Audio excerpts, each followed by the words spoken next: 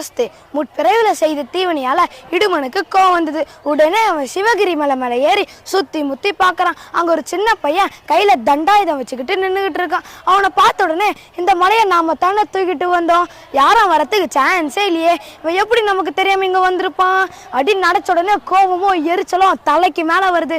ஒருவேளை இவன் தேவனாக இருப்பானா இல்ல மாய மந்திரில கத்துக்கிட்டவனா இருப்பானா அப்படின்னு குழப்பம் வருது.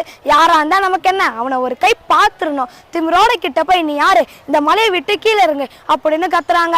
நாமளும் வீட்டுல உணர்ச்சாசப்படும் போது நம்ம யாருன்னு நமக்கே தெரியாது, சுத்தி என்ன நடக்குதுன்னே புரியாது.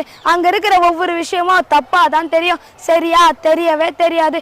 பேச தெரியாம போய் இன்னும் பிரச்சனையை வளர்த்துட்டு வந்துருவான். ஆனா அந்த மலை மேல பார்த்து ஒரு சின்ன பையனை பார்த்த உடனே கோவம் வந்து இதுவரை தெய்வமா இந்த மலை கூட பெருசா தெரியல, அது மேலேயே ஏறி வரான். அவனோட பலத்தை பார்க்கும்போது அந்த சின்ன பையன் அவனுக்கு தூசியை போல, ஆனா அவனுக்கு ஈக்குவலா ஒரு ஆள் வந்திருந்தா என்ன பண்ணிருப்பான் நீங்களே நினைச்சு பாருங்க.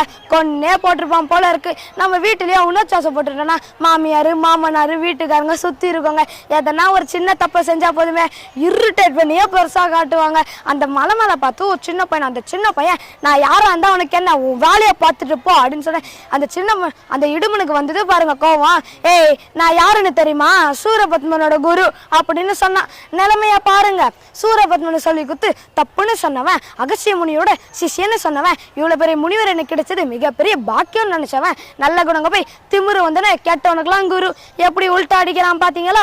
உலகத்துல இருக்க எல்லா தீய சொற்களுக்கும் முதல்ல இருக்கிறது திமிரு தாங்க. அவன் கிட்ட நிறைஞ்சிருக்கு. அவன் கிட்ட இருக்கிற நல்ல குணங்க போன உடனே அந்த சின்ன பையன் உன்னையும் தெரியும் அந்த சூரபத்மனையும் தெரியும், இவ்வளவு தூரம் அந்த மலையை தூக்கிட்டு வந்தே நானா அவனுக்கு அவ்வளவு பேர சுமையா, என்ன உன்னால தூக்கிட்டு போக முடியாதா, முடிஞ்சா தூக்கிட்டு போ அப்படின்னு சொன்னா. இதை கேட்ட இடுமனுக்கு உன்னோக்கம் அதிகமாச்சு.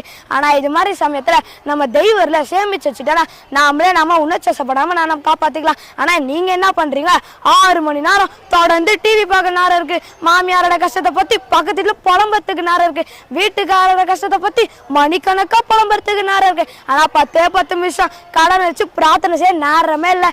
அதாங்க எங்க மகாராஜ் அம்மா அம்பா மீட்டிங்ல என்ன சொல்லுவாங்கன்னு தெரியுமா, 2 நிமிஷம் ஆச்சு கடன் வச்சு பிரார்த்தனை செய்யணும்னு சொல்லுவாங்க. அதுவே உங்களை 20 நிமிஷம் பிரார்த்தனை செய்ய ஓடியே போயிடுவீங்க. ஆனா இது வரைக்கும் சொன்னதை கேட்டீங்க, இளமேல் இல்லைன்னு சொல்லாம தெய்வர்ல சேமிக்கிறது கொஞ்சம் நேரத்தை ஒதுக்குங்க. அடுத்த காட்சியில என்ன நடக்க போய் குரு சொல்லுவான். தன்யவாத்.